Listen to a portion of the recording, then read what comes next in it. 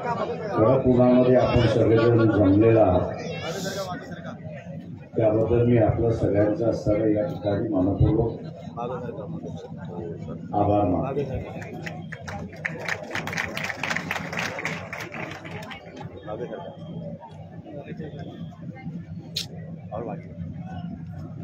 विरोधकांनी प्रचार करू नये आणि म्हणून प्रत्येक लोकसभेच्या निवडणुका या ऐन उन्हातच होतात अशी परिस्थिती आहे।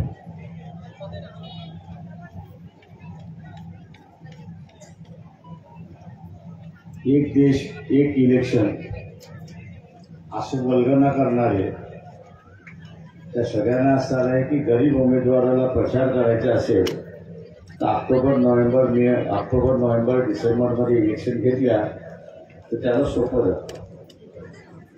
त्याचा खर्च सगळ्या त्याच्या आवाक्याच्या आतमध्ये येतो। आज असताना अनेक उमेदवार आहेत, मला माहीत आहेत, चांगले आहेत, लढू शकतात, परंतु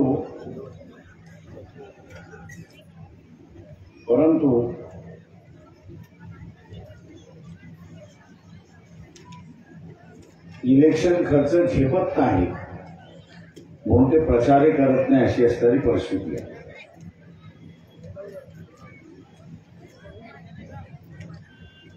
चळवळीच्या माध्यमातून आपण सगळेजण निवडणूक देणगी देतात, त्याच्याबद्दल पक्ष हे उमेदवार उभे करू शकतो आणि प्रचारही करू शकतो अशी परिस्थिती आहे। संजय शरद पवार बैठकीत राहणार नाही, गॅरंटी सांगतो।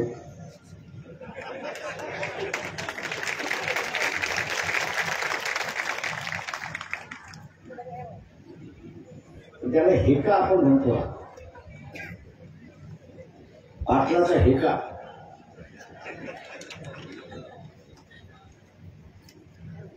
तो पाटलाचा हेका आडवा आला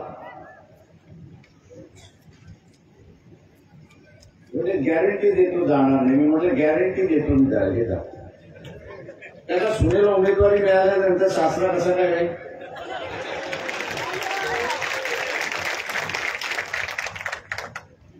पण दुसरा उमेदवार नाही याची जाणीव होती।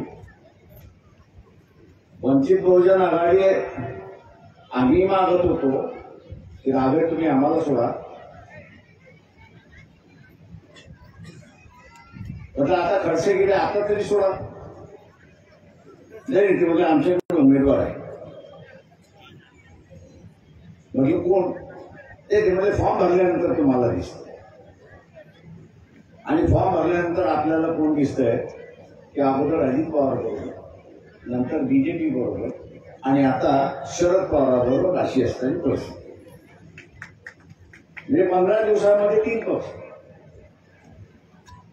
आणि मी असं ऐकतो की जेवढ्या सामाजिक संघटना आहेत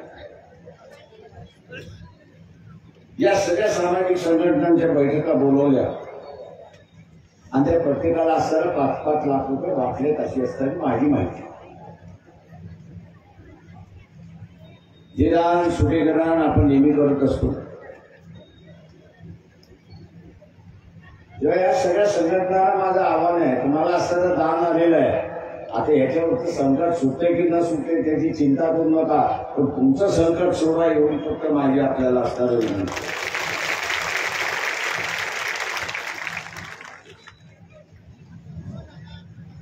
मध्यंतरी काँग्रेसची एक ऍडव्हर्टाइजमेंट होती आणि ते असं दाखवत होते की ज्याच्यावर ईडीची इन्क्वायरी झाली, अमुक झालं तमुक झालं, त्या बीजेपीच्या वॉशिंग मशीन मध्ये गेला, तो फुटला वगैरे झाला की त्याच्यावरती सगळे आरोप जे आहेत धुवून निघतात। म्हणजे कपडा जसा धुवून निघतो तसा हा धुवून निघतो असं दाखवलं। माझा असणारा एनसीपी वाल्यांना शरद पवार गटाला असणारं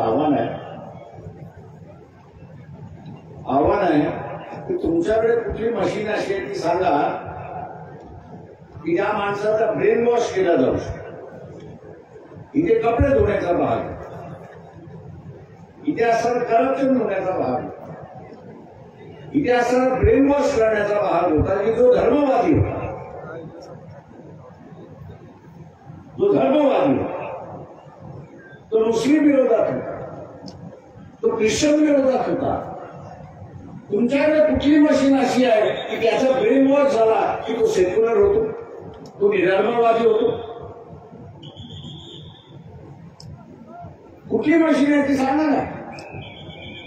कोणी कुठला वाद द्यावा ह्याच्याबद्दल माझं दुमत नाही, उलट मी आदर करतो त्याचा की त्याचा काहीतरी विचार आहे.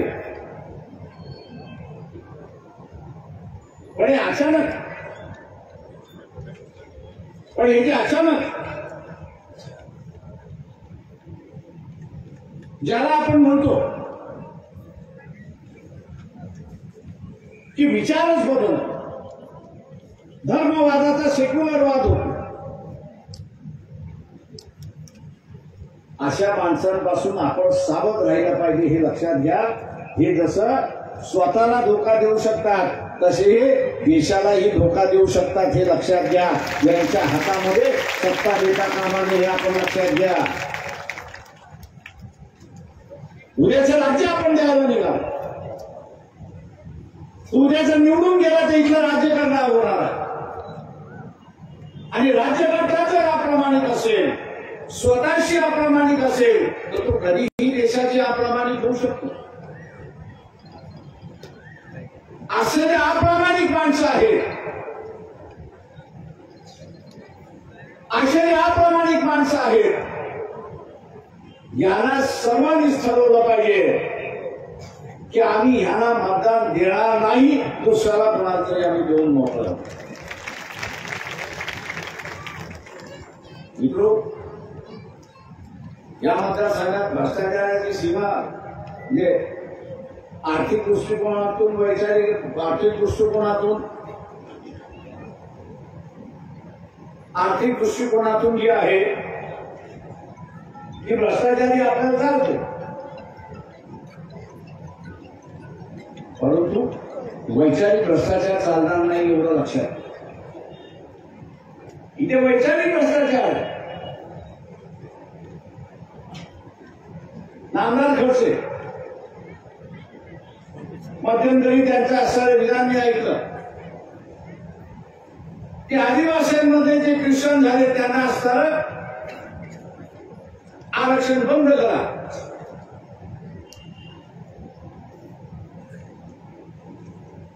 एवढी वर्ष मंत्रिमंडळात राहून, सरकारमध्ये राहून या गोष्टीची जाणीव नसेल की आदिवासींना मुळात धर्मच नाही, निसर्ग हाच त्यांचा धर्म आहे, निसर्ग हाच त्यांचा धर्म आहे. कालांतराने काही आदिवासींनी ख्रिश्चन धर्म स्वीकारला, काही जणांनी असताना मुस्लिम धर्म स्वीकारला, काही जणांनी इतर धर्म स्वीकारला. पण मुळात हा असणारा नैसर्गिक आहे, निसर्गाची पूजा करत असतो. आणि म्हणून त्याला आरक्षण देताना धर्माचा आधार धरला नव्हता, तर तो आदिवासी आहे आणि त्याच्या आदिवासीपणावरतीच त्याला आरक्षण मिळालं, धर्मावरती मिळालेलं नाही.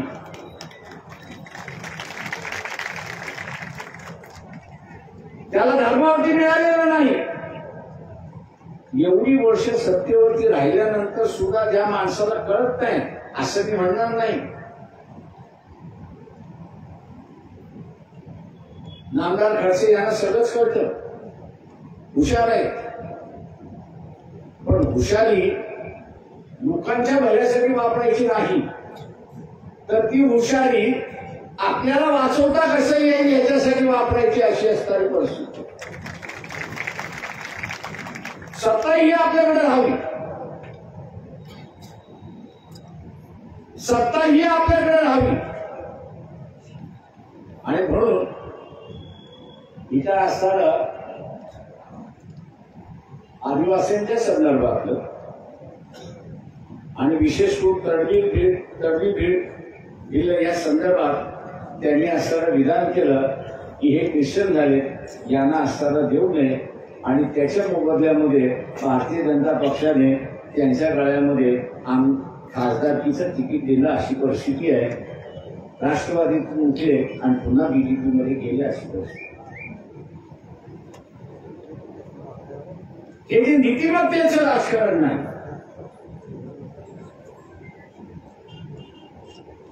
आयाराम गयारामाचं राजकारण आपण पहिलं, खोट्याचं राजकारण आपण. उद्याचे एक खोके पाकिस्तानवरून आले, ते घेणार की न घेणार,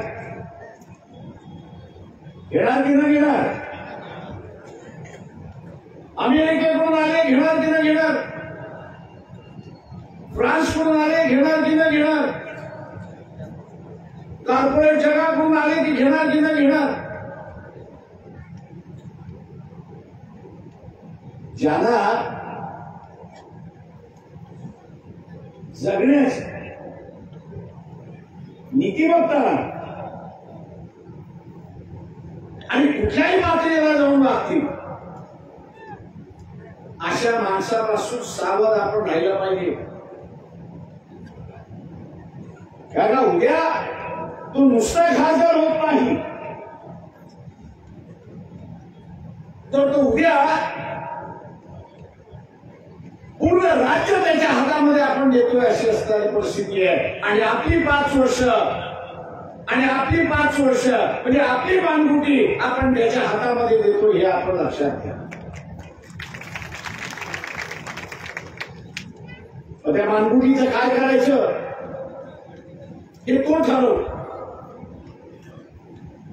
आणि म्हणून शेतकरी ज्यावेळेस दिल्लीला उपोषणाला बसला, दिल्लीला शेतकरी उपोषणाला बसला, मोदी काय करत होता तर घरामध्ये बसून बीन वाजवत बसला. वर्षभर थंडीत असेल, उन्हाळ्यात असेल, पावसात असेल, वर्षभर तो बसला. आणि हा माणूस त्याला भेटायला गेला. इथे संघाचे कार्यकर्ते असतील, मी त्याला विचारतोय तुम्ही मानवतावाद सांगताय,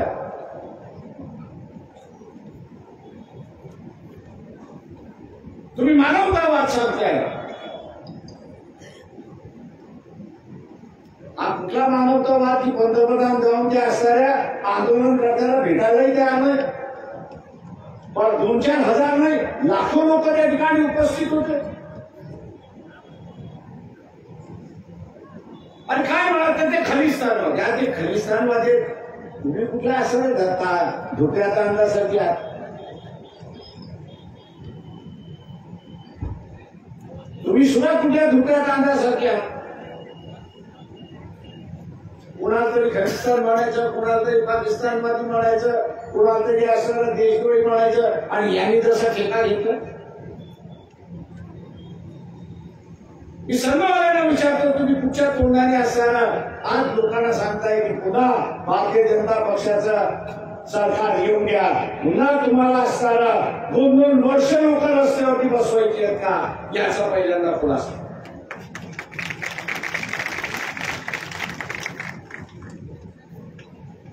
मी 80 साली एक मोर्चा काढला होता, नाशिक ते मुंबई लावणार. वसंतदादा पाटील त्यावेळेस मुख्यमंत्री होते. पहिल्या दिवशी पोलिसांनी त्यांना काहीच सांगितलं नाही. दुसऱ्या दिवशी त्यांना जसं कळलं तसं मला पोलीस स्टेशनला बोलून घेण्यात आलं. मुक्कामाच्या ठिकाणी होतो आणि चक्क मुख्यमंत्री तुमच्याशी बोलायला मागतात. आता मुख्यमंत्री बोलायला मागतात, मी म्हटलं मी बोलतो. त्या मुख्यमंत्र्याचं पहिलं वाक्य होतं की महाराष्ट्रामध्ये अनेक वेळा मी मंत्री झालो आणि आज मुख्यमंत्री. माझ्या मुख्यमंत्र्याच्या कालावधीमध्ये लोकांना गाराणी सांगण्यासाठी नाशिक पासून मुंबई चालावं लागतंय, याची मला संधी लावा. याची मला शर्मिंदा वाटते. प्रकाशात जे प्रश्न आहेत ते सुटले म्हणून समजा, सोडा आणि या मुंबईमध्ये आपण बसून त्याचा मार्ग गेला. दादा म्हटलं नाही, मार्च काढलेला आहे, मी मार्च काढलेला मुंबईला आलो तर भेटतो. माझा सांगण्याचा फरक की एक सत्ताधार की माझ्या राज्यामध्ये लोक गाराणी मांडण्यासाठी येतात आहेत, आमचं न ऐकता प्रकाशराव जे काही प्रश्न आहेत ते आम्ही सोडवले, पण हा मार्च कोणी बंद. मग हा एका बाजूचा असताना राजकारणी आपल्याला दिसतोय, दुसऱ्या बाजूचा राजकारणी आपल्याला सध्याचा राजकारणी दिसतोय. 1,00,000 लोक दिलेला खेळा घालून बसलेले आहेत. कशासाठी? तर त्याची मागणी काय? त्यांची मागणी काय? तर साधी मागणी की तुम्ही दरवर्षी जो हमी भाव देताय, शेतीमालाला जो हमी भाव देताय त्याचा फक्त कायदा करा, जेणेकरून व्यापारी त्या हमी भावाची अंमलबजावणी. 1 वर्ष बसला पण 1 दिवस सुद्धा भेटायला गेला. मी सर्वांना विचारतो, कदाचित तुमचं धोरण त्यांचं धोरण वेगळं असेल, ती जी मागणी मागतात आहे ती मागणी मान्य नसेल, पण तुमच्याकडे साधी माणुसकी सुद्धा नाही. साधी तुमच्याकडे माणुसकी सुद्धा नाही की तुमच्या पंतप्रधानांनी त्यांच्याशी जाऊन बोलवं किंवा त्यांना घेऊन, अरे बाबा तुम्ही बसले आहात, हे चित्र बरं नाही, 8 दिवस द्या, काय निकाल द्यायचा तुम्ही आपल्याला निकाल देतो, आता घरी तरी जा. ची सांगण्याची दानत सुद्धा नाही. आणि महाराष्ट्रातले कर्तबगार शेतकऱ्यांचे नेते मुख गिळून बसलेले आहेत, अशी परिस्थिती आहे. इथे शेतकऱ्याला शेतकऱ्याचा नेता कधीच मिळाला नाही. जे काही नेते इथे शेतकऱ्याच्या नावाने उभे झाले ते शेतीवरती जे पिकतंय आणि जे पिकते त्याच्यावरती प्रक्रिया ज्या होतात त्या प्रक्रियेचे कारखान्याचे मालक आहेत, हे शेतकऱ्यांचे प्रतिनिधी नाहीत, हे आपण लक्षात घ्या. आणि म्हणून यांच्यापासून सावध आपण राहिलो.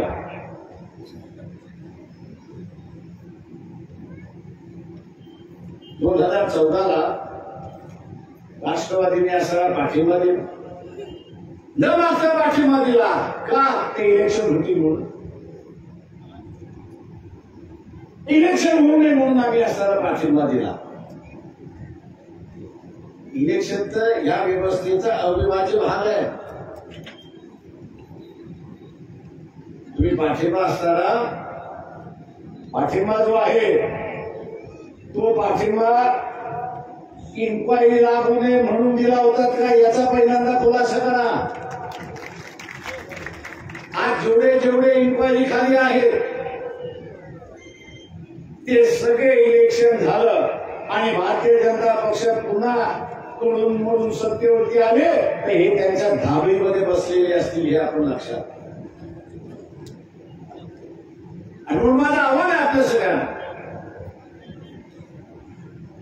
की ही सर्वसामान्य माणसांची जबाबदारी आहे. ही सर्वसामान्य माणसांची जबाबदारी आली आहे की या देशाची लोकशाही वाचली. मी भारतीय जनता पक्षाला विचारतो, काँग्रेसवाल्यांना विचारतो आणि त्याच्याचबरोबर उद्धव ठाकरे यांना विचारतो, तुम्ही एका केलेला उमेदवारी का दिली नाही? तुम्ही एका धनगर समाजाला का उमेदवारी दिली नाही? तुम्ही असं एका माळी समाजाला उमेदवारी का दिली नाही? तुम्ही असं एका भटक्या विमुक्ताला उमेदवारी का दिली नाही? तुमचे उमेदवार जे आहेत नात्यापुत्यातले उमेदवार, ते सत्ता इकडनं गेली काय तिकडे गेली काय, ती घरातच सत्ता आहे. असे जे घराणेशाहीचे जे सत्ताधारी आहेत, माझं सर्वसामान्य माणसाला आव्हान आहे, पक्ष सोडा, विचार सोडा, आणि या देशातली घराणेशाही पहिल्यांदा संपवा, तरच लोकशाही या देशामध्ये वा.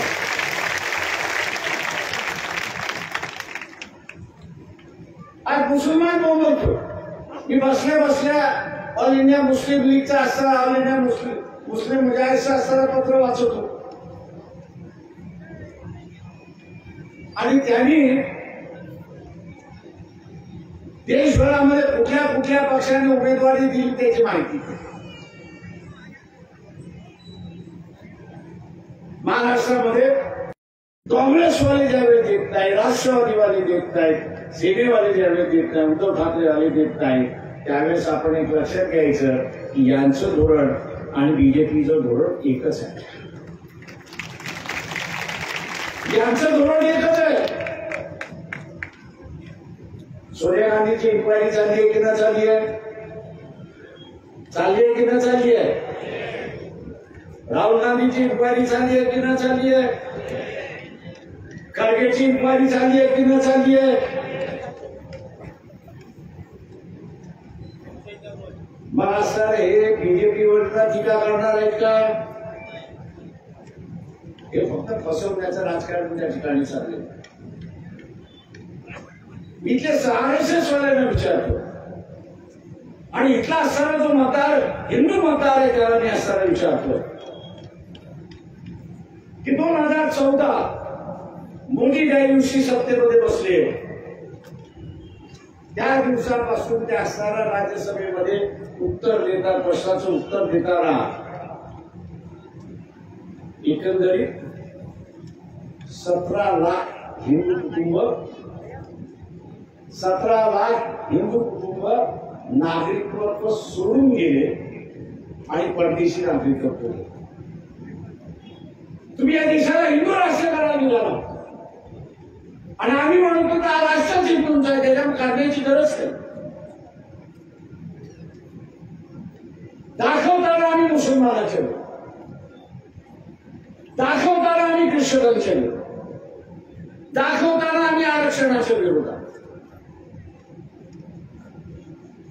मुंह में राम बगल में छुरी असं म्हणतात. त्या पद्धतीने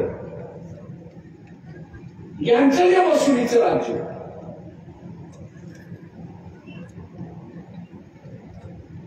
मतदार बॉन्ड जो आहे तो सगळ्यात चांगला नमुना इथला असणारा वसुलीचा हे लक्षात घ्या. ईडी पाठवली, इन्क्वायरी नसेल तर बॉन्ड विकत घे. जेलमधून सुटायचं असेल तर बॉन्ड विकत घे.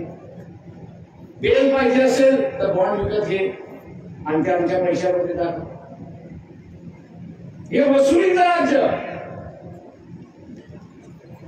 इथल्या असणाऱ्या हिंदू संघटनांना विचार, हे जे 17 लाख कुटुंब भारताचं नागरिकत्व 2014 पासून ते 4 महिन्यापूर्वी प्रश्न विचारण्याच्या आतमध्ये सोडून गेले, त्यांच्याकडून सुद्धा तुम्ही वसुली करत होतात का?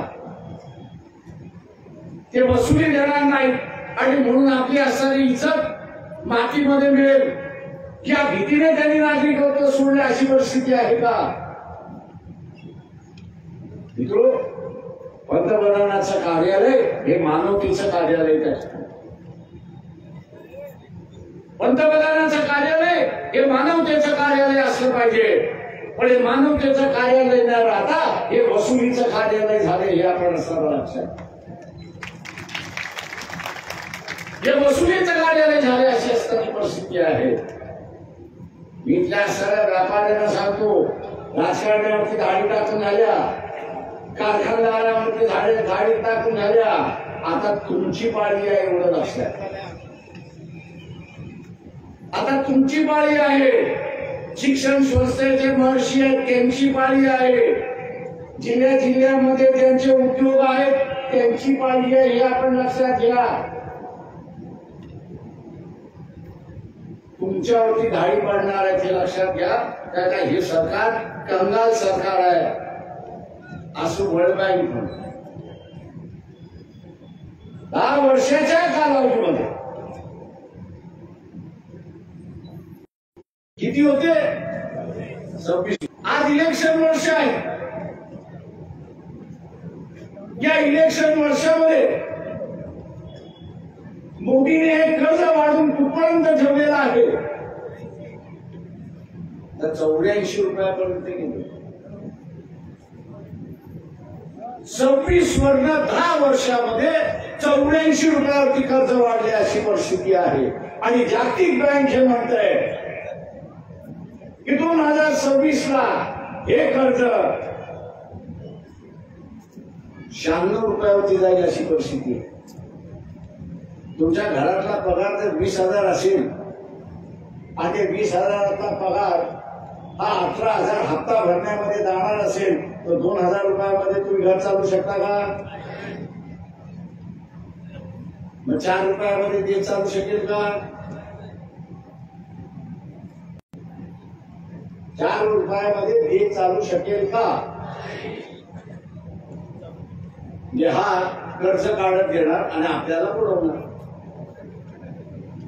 आणि म्हणून मी जेव्हा मध्यंतरी म्हणालो की दारुड्याची जी वृत्ती आहे, दारुड्याची जी वृत्ती आहे तीच वृत्ती नरेंद्र मोदीची आहे.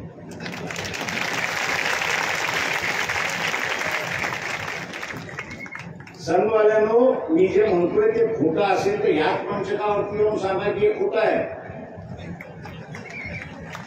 त्यांची हिंमत नसेल खोटं, त्यांची हिंमत नसेल उत्तर द्यायचं तर मी इथल्या असणाऱ्या रावेरच्या मतदारसंघाला आवाहन करतोय की आपण असणारा संजय ब्राह्मणे यांना मतदान करा हे आवाहन मी या ठिकाणी करतोय.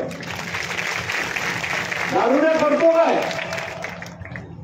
दारू प्यायला मिळाली नाही तर दारुड्या करतो काय?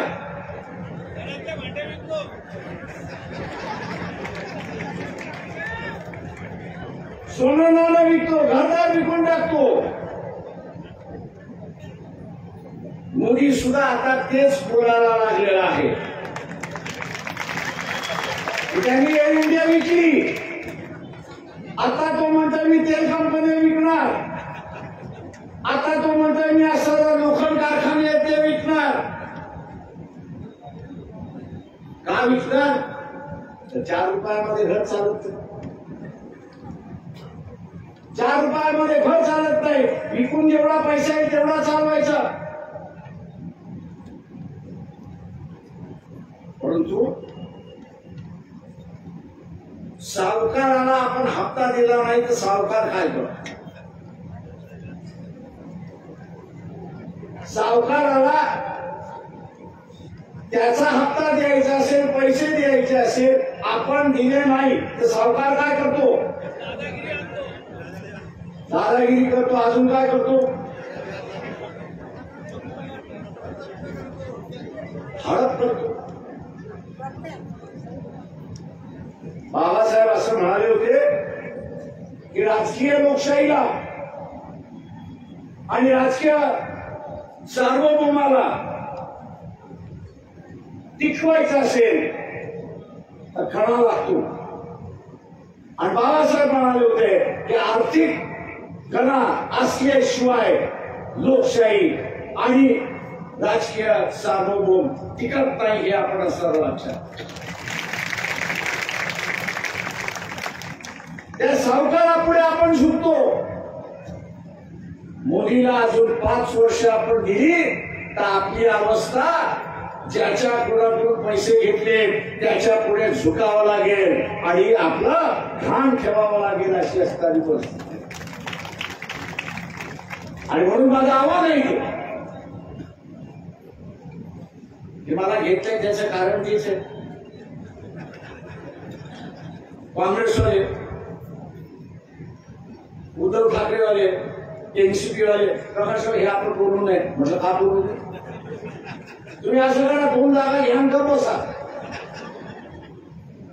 अरे म्हटलं ज्यावेळेस मला मोदीचे कपडे फाडण्याची वेळ आलेली आहे, काँग्रेसवाल्यांना मी म्हटलं तुम्हाला बीजेपीने असणारा राजीव गांधीला बदनाम केलं, त्याची असणारी एवढी मोठी संधी आलेली आहे, त्याचे कपडे फाडण्याचे नुसते मोदीचे नाही तर भारतीय जनता पक्ष आणि RSS यांना नांगरं करण्याची वेळ आलेली आहे. वेळ तुम्ही घालवताय, वेळ तुम्ही घालवताय. राफेलची विमाने घेतली म्हणून सांगितलं. मनमोहन सिंग म्हणत होते 135 राफेलची विमान पाहिजे, तेव्हा कुठे आपण रस्त्यावर लढू शकतो. यांनी काय म्हटलं, मी 35 डायरेक्ट विकत घेतो आणि उरलेले 100 या देशामध्ये मॅन्युफॅक्चर, या देशामध्ये निर्माण केलं जात. निर्माण तर झालेच नाही, पण ते 35 घेताना सुद्धा घूस देण्यात आली अशी परिस्थिती. ज्या कंपनी डेसॉल्ट नावाच्या कंपनीकडून असताना आपण जे विकत घेतली, त्यांनी असताना आपला अहवाल फ्रान्सच्या गव्हर्नमेंटला, फ्रेंचच्या गव्हर्नमेंटला सादर केला आणि त्याच्यामध्ये त्यांना असं फ्रेंच गव्हर्नमेंटला दिसलं की हे विमान विकत असताना कंपनीवाल्यांनी विमान विकत घ्यावं म्हणून दलाली दिली. ती दलाली पकडण्यात आली आणि फ्रान्सच्या कोर्टे त्या कंपनीच्या 2 जणांना 5 वर्ष शिक्षा दिली. अशी असताना दलाली दिली म्हणून त्याला असताना शिक्षा दिली. मोदीजी, भारतामध्ये ती दलाली घेतली कोणी? मी काँग्रेसवाल्यांना म्हणतो, ही कागदपत्र आहेत घ्या, ही माहिती आहेत घ्या. फाडा कपडे आता असताना RSS, BJP आणि नरेंद्र मोदीचे, त्यांच्या लक्षात आलं हा का ऐकणारा घडी नाही.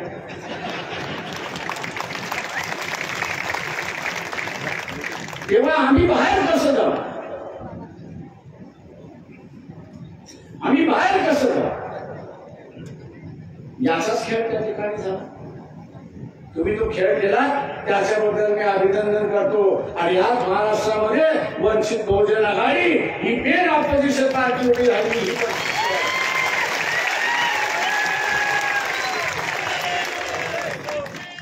आज मुख्य विरोधी पक्ष म्हणून वंचित बहुजन आघाडी उभा राहिला आहे. आणि म्हणून 2 निवडणुका झाल्या. मोदी सांगत नाही की आम्ही जिंकणार आणि काँग्रेसवाले म्हणतायत आम्ही जिंकणार, असं सांगत नाहीये. माझा दावा आहे त्या सगळ्या ह्याच्यामध्ये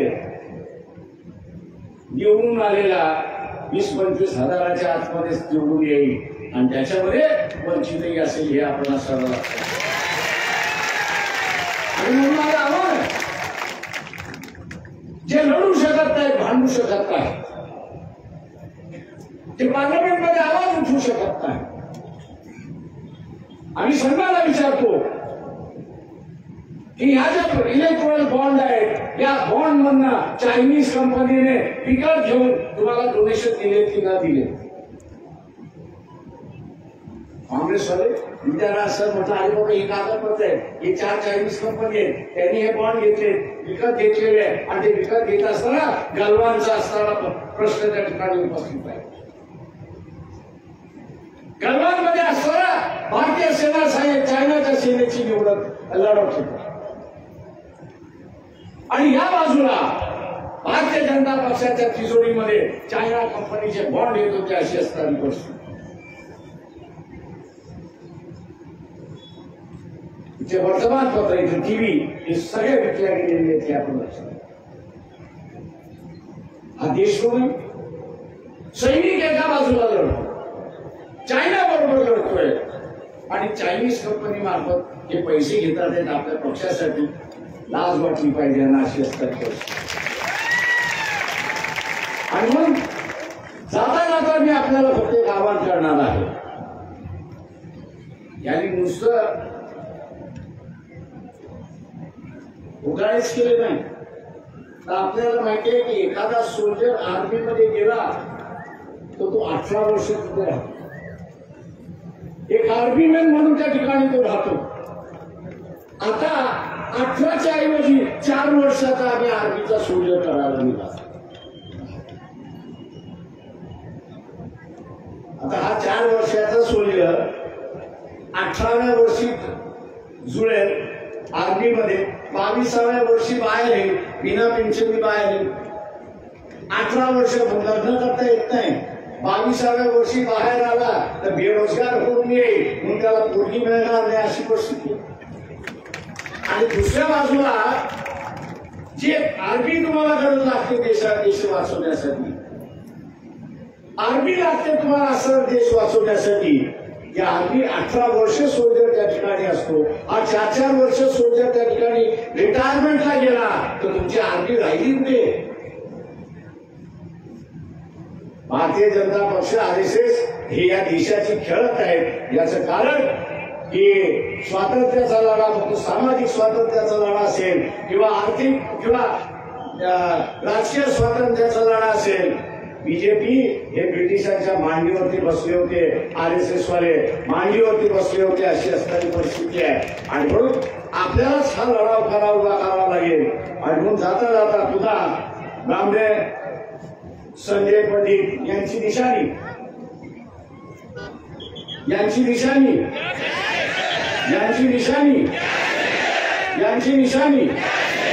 गॅस सिलेंडर समोरचं बटन दाबून यांना प्रचंड मताने आपण विजयी करा हे आवाहन करतो.